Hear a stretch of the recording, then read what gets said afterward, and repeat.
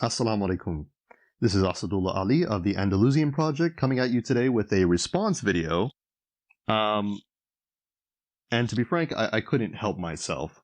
I promised myself I wouldn't respond to this individual again, especially after I just responded to them in my last iJihad episode. But I really couldn't help myself because I felt that this was a perfect case study for something that I've wanted to point out for quite some time. But prior to getting into that, I just want you guys to notice my awesome little mug here, which is from the movie Princess Bride. I don't know if you're familiar with that movie, but it's a great family fantasy flick. Part romance, part fantasy, part humor. It's a movie that doesn't take itself very seriously, but I recommend it to everyone who wants to watch a family-friendly film. A classic that's derived from a famous novel. And the quote here is from one of the characters in the movie, one of my favorite characters, Inigo Montoya, who's a Spanish sword fighter trying to avenge his father. Anyways, this is one of my favorite movies of all time. And like I said, I recommend it. So, getting into the subject matter, the apostate prophet posted a video a few days ago. Basically, the title was Twitter Assist Islamist. That was the actual title. Twitter Assist Islamist. And in that video, he was complaining about being suspended from Twitter permanently for posting a particular tweet. And that tweet was essentially him arguing or claiming that Islam, promotes the death of apostates and critics, etc., etc. And he posted it in response to another Twitter user, and we'll get into the context of the discussion a little later. And in that entire video, he just goes on this huge rant where he basically tries to argue that his free speech has been stifled, and he basically makes this huge call to action where arguing that Twitter is not abiding by free speech and the principles of Western democracy, etc., etc. And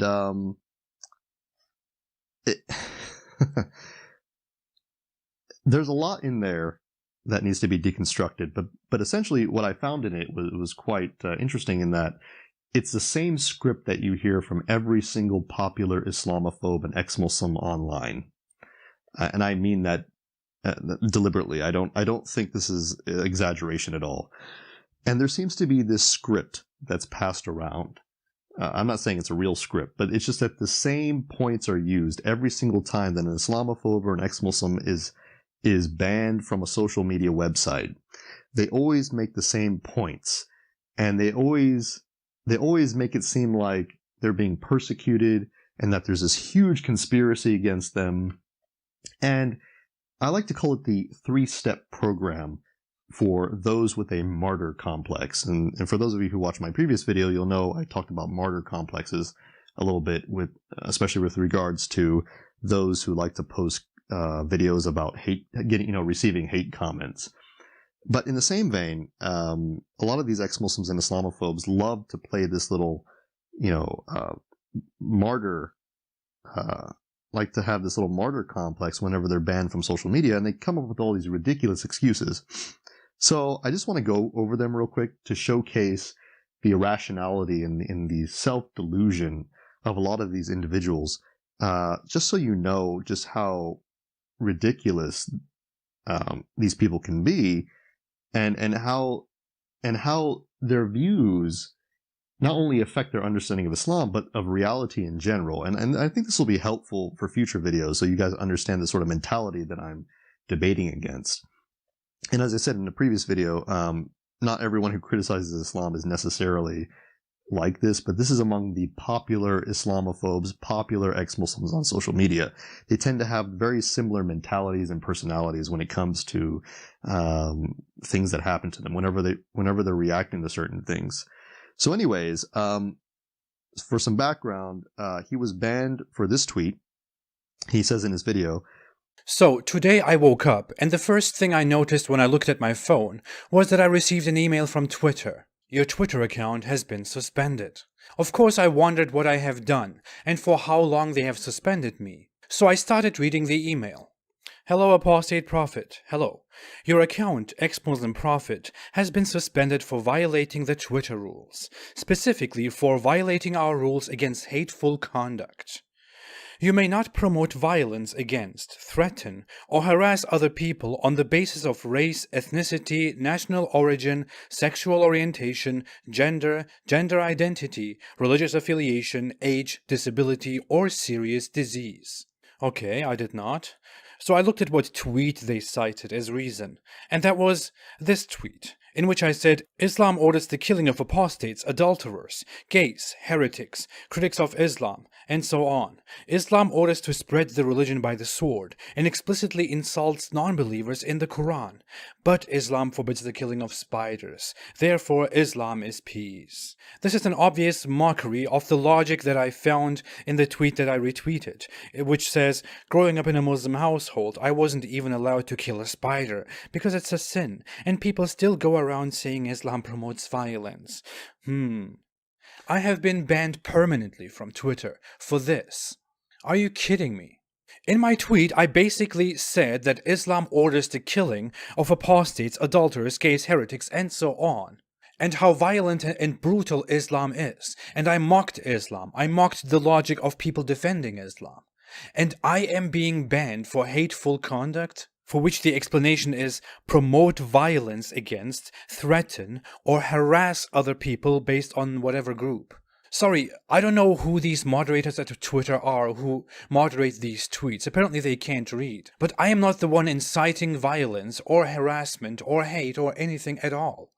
I am the one pointing out that an ideology, a religion, promotes these ideas, and I am against those ideas. I criticize it for that. I am a former Muslim. I criticize my former religion because of these qualities. How am I involved in hateful conduct here?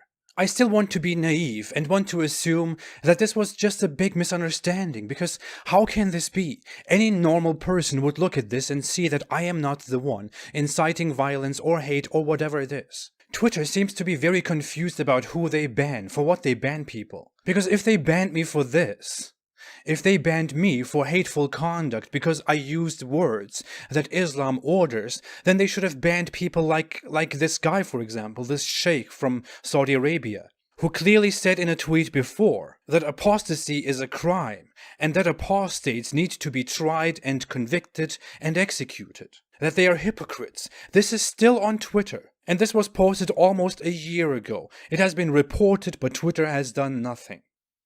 And now, he's outraged. He is so outraged by this. And all of his followers on Twitter are calling for Twitter to reinstate his account. And oh, it's a horrendous atrocity, that's just occurred. I mean, how dare you ban me? I'm immune from being banned. So I'm going to go over the 3 steps, the 3 excuses that these individuals love to give. So let's start with number 1. This claim of being innocent, this claim that I was just stating facts. That's step number 1. Stating that I was just, stating facts. I didn't say anything. I wasn't harassing anyone. I was just stating facts. And in his video, he points out that there's a double standard with Twitter because apparently this Saudi sheikh by the name of Asadullah Hakim, who was answering one of his followers' questions about the punishment for apostasy in Islamic State, he wasn't banned for saying that Islam states that an apostate should be killed. He wasn't banned for stating his opinion about this, but apostate prophet was banned for stating the facts. So there must be a double standard. Of course, there is a significant difference between what Asim al-Hakim was saying and what the apostate prophet was saying. And you're probably wondering, well, what could that be? Well, it has a little bit to do with something called tone. Okay. And I know a lot of you out there might not understand this, so let me try to explain something before I go into detail about the differences between these two things, these two tweets. Imagine for a moment, just imagine for a moment that I was at a conference an academic conference where I was talking about how to resolve structural racism in society, like American society. And I pointed out the fact that African Americans are disproportionately represented in the prison population. Now, at that conference where I'm trying to resolve the issue of structural racism, nobody would probably no one, I gather zero people, would interpret my comment in a racist manner or interpret my comment as harassment, because I'm just stating a fact that I want to resolve. But then imagine a different scenario where I'm at a gas station or something and I get into a verbal altercation with an African American individual. And during this altercation, it gets very heated and I decide to respond in an aggressive manner. And I yell at this person and I say, you know what? African Americans are disproportionately represented in the prison population. Now, any spectator viewing that argument would probably not take that comment in a neutral way, nor would the African American individual that I'm speaking with. They probably would take it in a very disparaging manner, and in a very racist manner. And they would probably accuse me of racism, and I think rightfully so. Even though I stated the exact same thing as I stated in the academic conference, the context and the tone in which I was using that statement is dramatically different. Obviously, in that situation where I'm arguing with this person, I'm having, a verbal altercation with this person, I'm saying that in a way to demean that person, to make it seem like he is inferior to me, he or she is inferior to me. And that would be inappropriate. Even though I've stated the exact same words, the way in which I stated it, in the context in which I stated it, would have been inappropriate and considered harassment. So let's go back to the apostate prophet's comment versus Al-Hakim's comment. So with the Saudi scholar, he was responding to a question by one of his followers on his own Twitter page.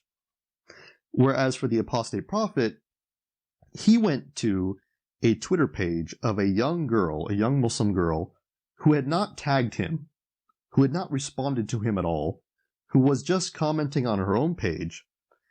He then retweeted her comment on his page, where he has thousands of subscribers versus her 200 or so subscribers or followers. And then, as a result of that, of mocking her own personal opinion on her own page, she was then swarmed by his, bigoted followers, who basically, trash talked her and degraded her. In other words, Al-Hakim's Twitter comment was more like him being at an academic conference and somebody asked him a question, somebody from the audience asked him a question, and he answered with what he considered to be a fact. Whereas in apostate prophet's circumstance or situation, it was as though he was actively looking for a young lady in her own little clique, her own little crowd of friends. He went over, snooped on her conversation, eavesdropped on her conversation, then went over, told all of his friends, and then got them to basically mob this girl and throw all these vulgarities and harassing comments at her. Now, whether or not his comments were actually factual is irrelevant here. So what this young girl eventually did was she reported his comment, and then he was suspended from Twitter. And I think rightfully so, because the tone and the context in which he made that statement was not for the sake of educating her or simply stating facts. It was simply to embarrass her and to make an example of her to his followers and to feed them like feeding a bunch of rabid dogs, fresh meat. That was basically his intention, and that's what it appeared, and that's how it appeared to the Twitter moderator. Now, after his claim that he was just stating facts, and that he was, just being this innocent, this poor martyr for free speech, he goes on to do something else that's quite interesting, and what I consider to be step 2 of the Islamist ex-Muslim martyr syndrome. he goes on to state a conspiracy theory. Maybe I shouldn't be surprised, considering that a major Saudi prince is a big shareholder at Twitter, bigger than Jack Dorsey, who is a co-founder of Twitter. Maybe this is the reason why we see things like this. Maybe this is the reason why Twitter acts so un-Western, so un-American, so embarrassingly stupid. And all of this is why so many more people are getting upset with how the left-leaning liberal sentiment tries to rule society, with how these tech giants that are sympathetic to those try to make the rules for their communities. All right, so there you have it. The apostate prophet basically states that there's a big conspiracy theory. A Saudi prince apparently owns Twitter, and as a result of that, that's the reason he was banned, is because, the Saudi prince is telling the CEO of Twitter to send out a memo to all the employees at Twitter telling them, dear employees, make sure you ban all criticism of Islam and protect the Islamist from criticism. Protect Islam. Because, that's what we have to do to save Islam from all these irrelevant keyboard warriors. Signed, secret Muslim, CEO of Twitter, hugs and kisses. That's basically what's going on here right now. And it's quite ironic considering the fact that, I find this really ironic considering the fact that, I'm sorry, this is going to get better. Considering the fact that these same ex-Muslims and Islamophobes love to ridicule Muslims for having very similar conspiracy theories, especially with regard to Jews. So, for example, I'll let the apostate prophet speak again on this matter. It's really interesting how some people believe that a tiny minority of people control the entire world and are responsible for big conspiracies. A tiny minority of people rule so many millions of people in this world, billions of people in this world. It's really amazing.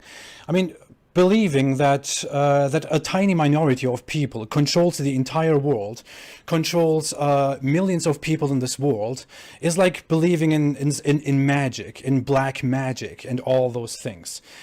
Believing in the moon landing is even less crazy than believing in all those conspiracy theories about Jews. Fascinating. So you think that it's ridiculous for Muslims to think that, for example, Facebook is being run by Zionists who want to stifle the spread of Islam, but at the same time, you believe that there's this conspiracy theory, there's this Illuminati, shadow government that aligns itself with Muslims, and that's just like, running the world, making sure that Islam is being protected from criticism. These radical, regressive leftist liberals are siding with Islamists, in their little secret chambers in the White House, or under their corporate headquarters, and they're all just scheming against you, ex-Muslims and Islamophobes, trying to stifle your free speech. They're controlling everything, right? Oh, I thought that was crazy. I thought it was crazy to think that a minority of people were controlling all these other people. Interesting. When it comes to your conspiracy theories, that's perfectly rational.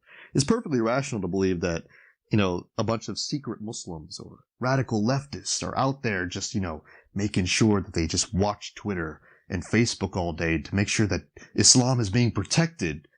But then, when a Muslim brings up the Jews, then that's crazy. Only that's crazy, right? Okay. Especially given the fact that Twitter, since 2015, has suspended, over 1 million terrorist accounts, especially those coming from groups like ISIS. So it's interesting how you believe that Twitter is assisting Islamists, yet at the same time, they've probably done more than all Islamophobes and all ex-Muslims combined to fight extremism. You know, as far as I'm aware, I don't even think that you've ever flagged even one ISIS account, or any of your compatriots for that matter, because personally, I think that you guys need them as much as they need you. You know, without those ISIS accounts, you know, you wouldn't have this martyr complex. You wouldn't be able to market yourselves that well. So, you know, it's fascinating how you claim that Twitter is assisting these people when they've done so much more than you're even capable of or even willing to do. But, you know, facts, who needs those, right? So the next excuse is quite funny, and it kind of goes with the second stage. And that is, oh, you know, Twitter is stifling free speech. It's stifling free speech. And I'll let Apostate Prophet speak here again. At this point, I'm really in support of our American Congress making some rules for social media. I know some might think that Twitter is a private company that can do whatever it wants to do. But really, think about it.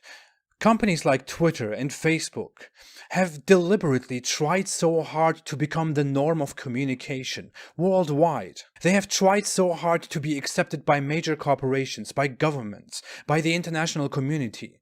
Presidents have designated Twitter accounts. Government institutions, governments have designated Twitter accounts. People are required to communicate on Twitter, on Facebook, for their business, for their jobs, for everything. These companies try to tell you that you should come to Twitter and Facebook and communicate on there. But then, if you break certain rules, if you don't use the language they don't want you to use, if you say specific things they don't like you to say, then they ban you. They close the doors and say, you stay out of here, and you will never come back. They exclude you from society. Now, how exactly is that in harmony with our value of free speech, of the First Amendment? In America, we should set an example of how freedom works, of how freedom of expression works, of how we can talk to each other, how we can exchange ideas that many people might not like without beating each other and killing each other, something so many places in the world cannot do. But instead we have companies, we have tech giants like these that become cowardly and tolerate intolerance for the sake of money and the protection of emotions. This is ridiculous. Interesting view of free speech. So let me get this straight. You believe that because you were banned from Twitter for basically being a douchebag, now Congress, the American government, should make laws restricting Twitter and other social media platforms from banning you. Let me say that again for all of you out there who don't understand this. The Apostate Prophet is arguing that because a private company banned him from their intellectual property, their service, that the government should now step in and impose upon them laws forcing them to give the Apostate Prophet a platform. This is the exact opposite of free speech. Because part of free speech is not just that you can say whatever you want, however you want it, etc., within a public platform, but it's also the right of individuals not to listen to your nonsense if they don't want to. And now you are actively requesting or entertaining the idea that a government should step into a private business and force them to give you a platform. Wow. Wow. That is amazing. That's all I have to say about that. That is amazing. And why? Well, let's reiterate. Because the Apostate Prophet was offended that he was banned from a private establishment. This is very similar to a recent complaint that the ex-Muslims of North America made when they were kicked out of Starbucks for being perceived, as being protesters. Starbucks didn't want them there, and they kicked them out, and I think rightfully so, by the way. And they had every right to do so. And yet, these ex-Muslims complained about it. They were like, oh, they're stifling our free expression, our free speech. They were being bigoted towards ex-Muslims. It's like, no, they weren't. They have a right as an establishment, if they perceive that you are going to cause a ruckus or you're going to cause a problem for their other customers, their other paying customers, and they don't want their business to be compromised, they have a right to remove you from the establishment. Now, of course, there are certain laws in the United States that don't allow for discrimination, and I think that's a good thing. But when it comes to speech, you don't just have a right to walk into a movie theater and start shouting at the top of your lungs, interrupting everyone watching a movie. Likewise, you don't have a right to go in and start harassing customers, because you think you're just stating facts. And I just find it remarkable that you believe that the government should have the right to impose laws on social media websites to force them to give you a platform just so you can be a douchebag. To force everyone else to listen to your nonsense. When you don't have that right. When free speech, the right of free speech in the United States does not grant you that right to invade the privacy of others, to invade the private property of others, to violate the rules of a business. Okay? You do not have that right. That is not part of your free speech rights. And if you think they are, then you do not understand free speech in the United States. And you don't seem to respect personal property or the rights of businesses to dictate, their terms of service. If a business doesn't want you to walk in with your underwear on, they have every right to restrict your free expression. Okay? They are allowed to do that. They have a right to do that, to have certain standards within their establishment, because they're running that business. Okay? That is their sphere. All right? And for you to suggest that the United States government should violate private property in the freedoms of business owners in this regard is not only just absurd, but it showcases your hypocrisy and the absolute nonsense going through your mind. And especially ironic considering the fact that you are constantly, criticizing other governments on the other side of the world for doing exactly what you're trying to promote right now. I don't know what else to say, actually. I mean, that's really all I have to say.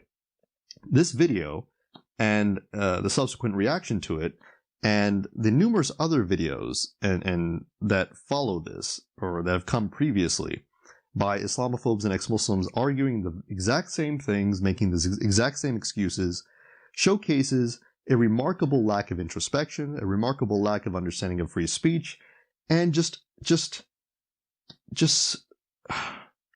such utter stupidity. What is really going on here?